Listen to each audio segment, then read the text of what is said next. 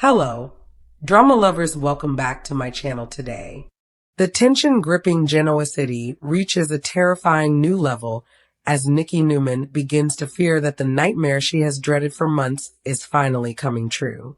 While unsettling clues continue to emerge about the shadowy organization connected to Matt Clark and the mysterious hooded figure, Nikki finds herself overwhelmed by a sense of impending doom. At the same time, Nick Newman suddenly finds himself facing a life-threatening situation that nobody anticipated. As danger closes in from every direction, a surprising ally steps forward in an effort to save him, leading to one of the most shocking twists yet in this growing mystery. The trouble begins shortly after the disturbing video featuring Matt Clark circulates among those involved in the investigation. The footage leaves everyone rattled. Matt appears terrified, exhausted, and visibly injured. More importantly, his warning seems genuine. Rather than threatening anyone, Matt appears desperate to alert them about a larger danger. For Nikki, the video triggers something she cannot ignore. For weeks, she has struggled with recurring fears that the chaos surrounding the Newman family is building towards something catastrophic. While Victor has focused on tracking down Matt and uncovering the identity of the hooded figure, Nikki has been haunted by an entirely different concern. She fears someone is deliberately targeting the people she loves. Each new development only strengthens that belief. Victoria's health scare, the hospital attack, the threats against Sharon, the psychological warfare directed at Phyllis, the trap that nearly claimed Nick's life. Now Matt's warning. To Nikki, these events no longer feel disconnected. They feel like pieces of a much larger plan. During a tense conversation with Victor, Nikki admits she can no longer shake the feeling that disaster is approaching. She tells him she keeps sensing that the worst is still ahead. Victor attempts to reassure her. As always, he insists he has the situation under control. But Nikki notices something troubling. Even Victor seems uneasy.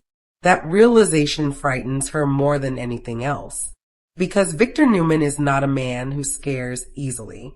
Meanwhile, Nick continues helping Chance investigate the lead connected to the waterfront facilities mentioned in Matt's video. Although several people urge him to stay out of the field after his previous encounter with the hooded figure, Nick refuses. He believes they are running out of time. If Matt is alive, every minute matters. If Diane is still being held somewhere, delays could be deadly. And if a larger network truly exists behind these crimes, they need answers immediately. Sharon worries constantly about him. She can see how emotionally drained Nick has become. The pressure of protecting everyone while chasing dangerous leads is taking a serious toll. Still, Nick remains determined. The investigation soon uncovers evidence suggesting activity at a cluster of abandoned warehouses near the waterfront.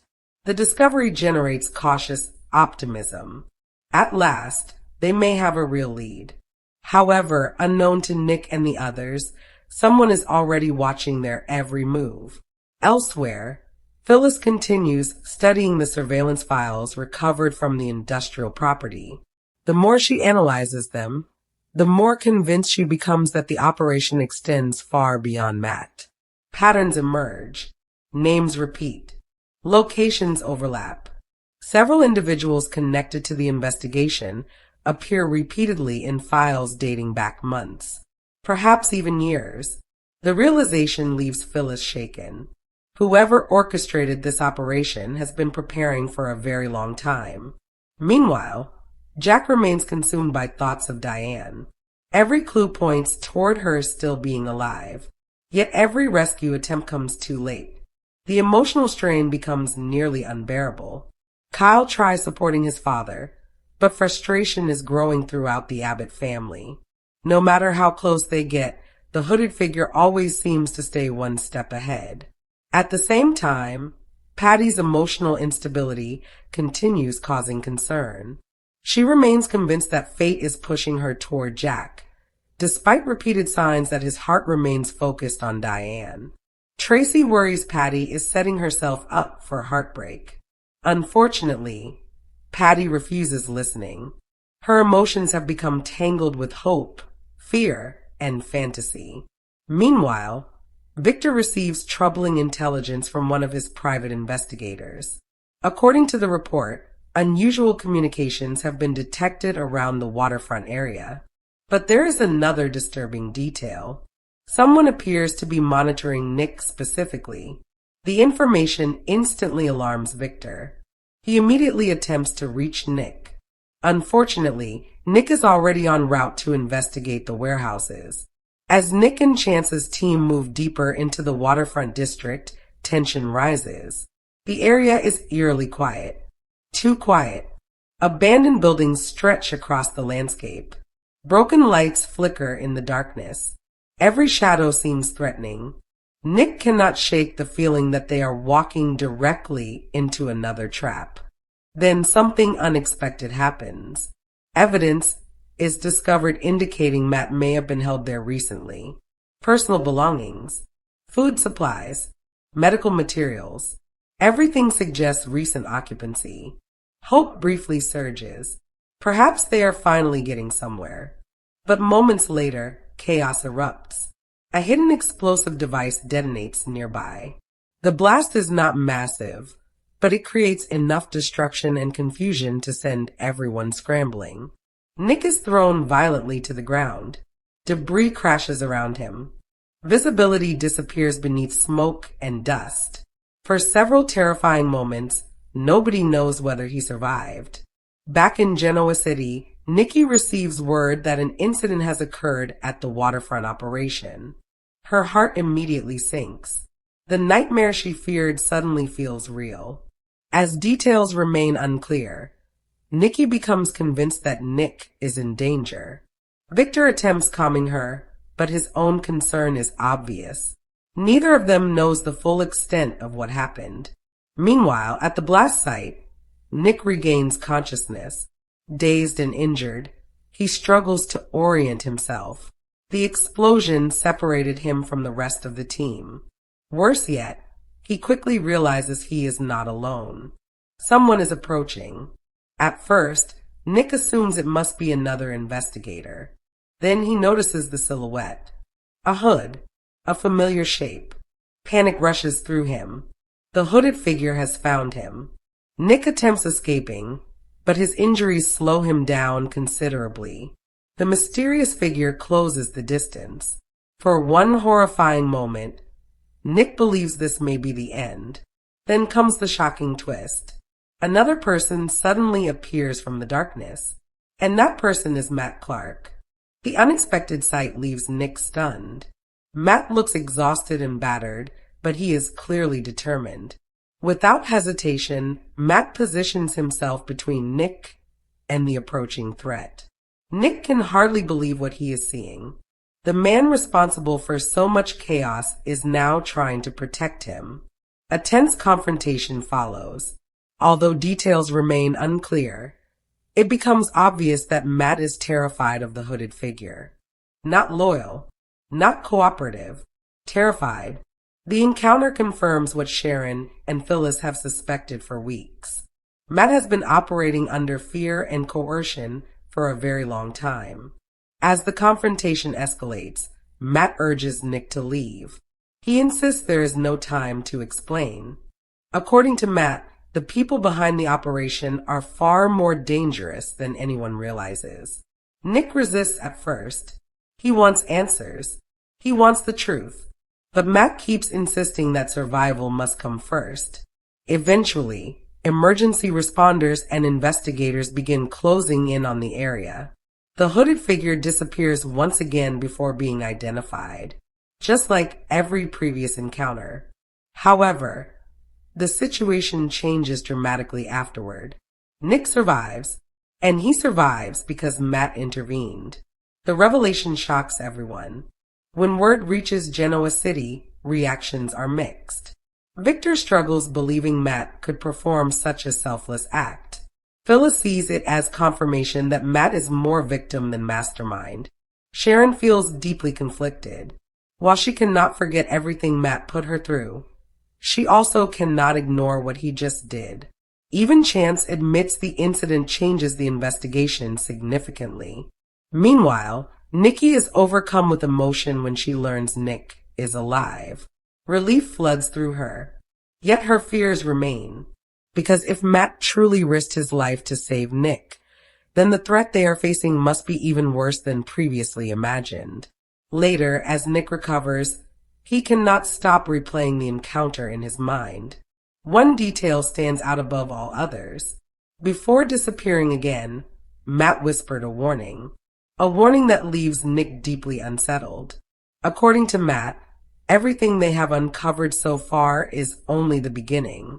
The people responsible are not finished, and someone much more powerful than the hooded figure may still be hiding in the shadows. As Nikki watches her family struggle against dangers they barely understand, her nightmare feels closer than ever. The question now isn't whether another attack is coming. It's who will be targeted next, and whether Matt Clark can stay alive long enough to reveal the truth before the darkness surrounding Genoa City claims another victim. Nick Newman cannot stop thinking about the moment Matt Clark stepped out of the darkness and placed himself directly between him and the hooded figure. The image keeps replaying in his mind. Everything about the encounter felt wrong. For months, Matt had been viewed as the villain at the center of the nightmare. He kidnapped people. He manipulated situations. He spread fear throughout Genoa City. Yet when the moment of truth arrived, Matt did something nobody expected. He saved Nick's life. The contradiction leaves everyone struggling to understand what is really happening. Back at Newman Ranch, Nikki remains emotionally shaken despite learning that Nick survived the waterfront explosion. Relief washes over her every time she sees her son safe, but her fear refuses to disappear. In fact, it grows stronger, because Matt's actions confirm something Nikki has suspected for weeks. There is another player in this story, a much more dangerous one. During a private conversation with Victor, Nikki confesses that she feels as though the family is standing at the edge of a cliff. Every time they uncover one answer, 3 new questions appear. Every time they get close to the truth, someone moves the pieces around again. Victor listens carefully, but says little. The reason is simple. He is beginning to fear Nikki may be right. Meanwhile, Nick gives Chance a detailed account of everything that happened at the waterfront warehouse. The most important detail isn't the explosion. It isn't even the appearance of the hooded figure. It's Matt's behavior.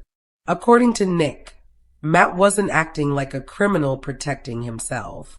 He was acting like a terrified man trying to stop something worse from happening. Chance finds that observation difficult to ignore, especially after reviewing recent evidence. The surveillance network, the secret facilities, the anonymous threats, the sophisticated operations. Nothing about the larger conspiracy fits Matt's psychological profile anymore. Someone else appears to be directing events. Someone smarter. Someone more organized.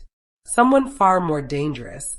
Meanwhile, Sharon receives news about Matt's actions and experiences conflicting emotions. Part of her wants to remain angry. After everything Matt put her through, forgiveness feels impossible. But another part of her remembers the fear she saw in his eyes. She remembers how often he seemed terrified of disappointing someone. She remembers moments when he appeared less like a mastermind and more like a prisoner. Those memories suddenly feel much more important. Later that evening, Sharon visits Nick. Their conversation becomes emotional quickly. Nick admits that he owes Matt his life. The statement feels strange, even saying it aloud. But it is true. If Matt had not intervened, Nick is convinced the hooded figure would have reached him first.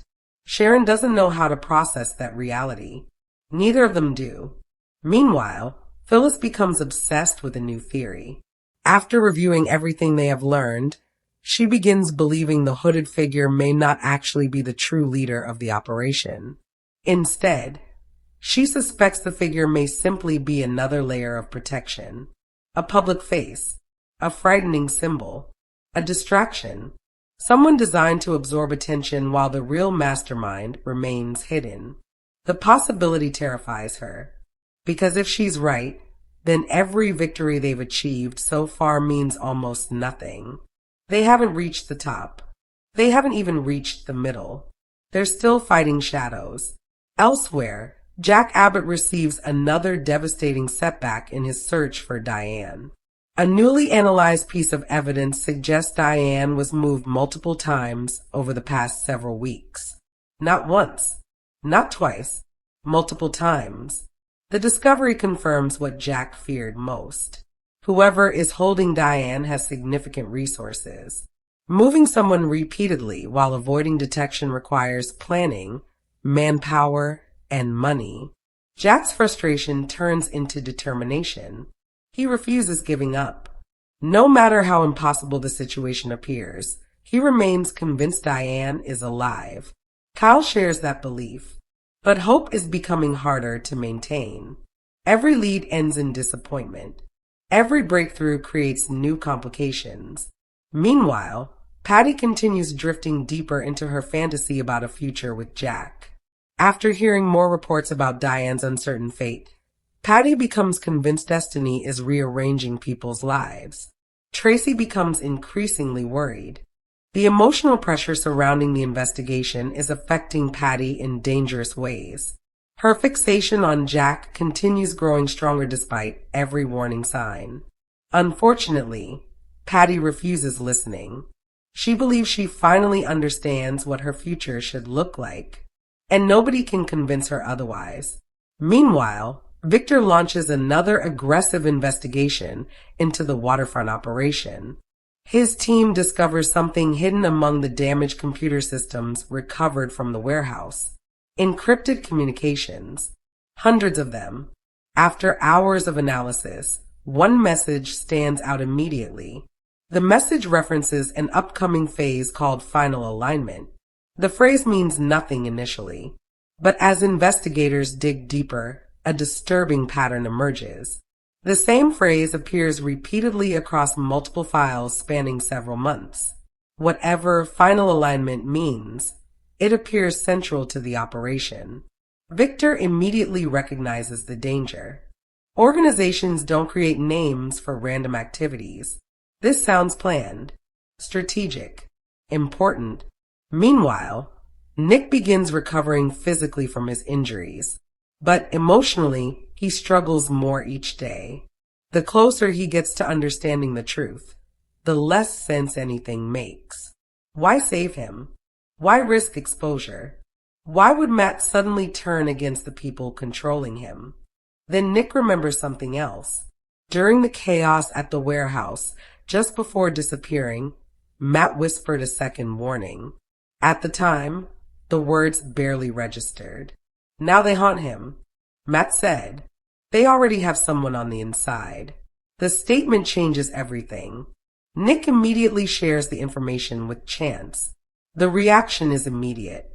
If Matt was telling the truth, then the investigation has been compromised from the beginning. Every failed raid, every leaked operation, every missed opportunity. Suddenly, all of it makes sense. Someone close to the investigation may be feeding information directly to the enemy. The realization sends shockwaves through everyone involved. Trust becomes fragile. Suspicion spreads quickly. Nobody wants to accuse friends or allies, but the evidence becomes difficult to ignore. Meanwhile, Nikki overhears part of the discussion and feels her anxiety surge once again. Her nightmare is no longer theoretical. It is happening. The enemy isn't just watching from outside. They may already be standing among them. Later that night, Victor receives an anonymous package. Inside is a single flash drive. No note, no explanation, just the drive. Security experts scan it carefully before opening the contents. What they find leaves everyone stunned. The drive contains a short video. The footage appears recent. Matt is visible again. Unlike the previous video, however, he looks even worse. Exhausted, injured, desperate. But this time, he speaks directly to the camera. According to Matt, there isn't much time left. He claims the operation is accelerating. People are being moved. Evidence is being destroyed. Plans are changing. Then he delivers one final warning. The person you're looking for isn't wearing the hood. The video ends abruptly. Silence fills the room. Victor stares at the blank screen. Nick feels a chill run down his spine. Phyllis's worst fears appear to be coming true.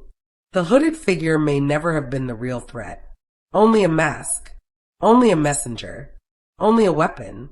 And somewhere in Genoa City, the true architect of the nightmare remains hidden, watching events unfold exactly as planned. As Nikki lies awake later that night, unable to sleep, she realizes her fear has transformed into certainty. Something terrible is approaching. The pieces are moving faster now.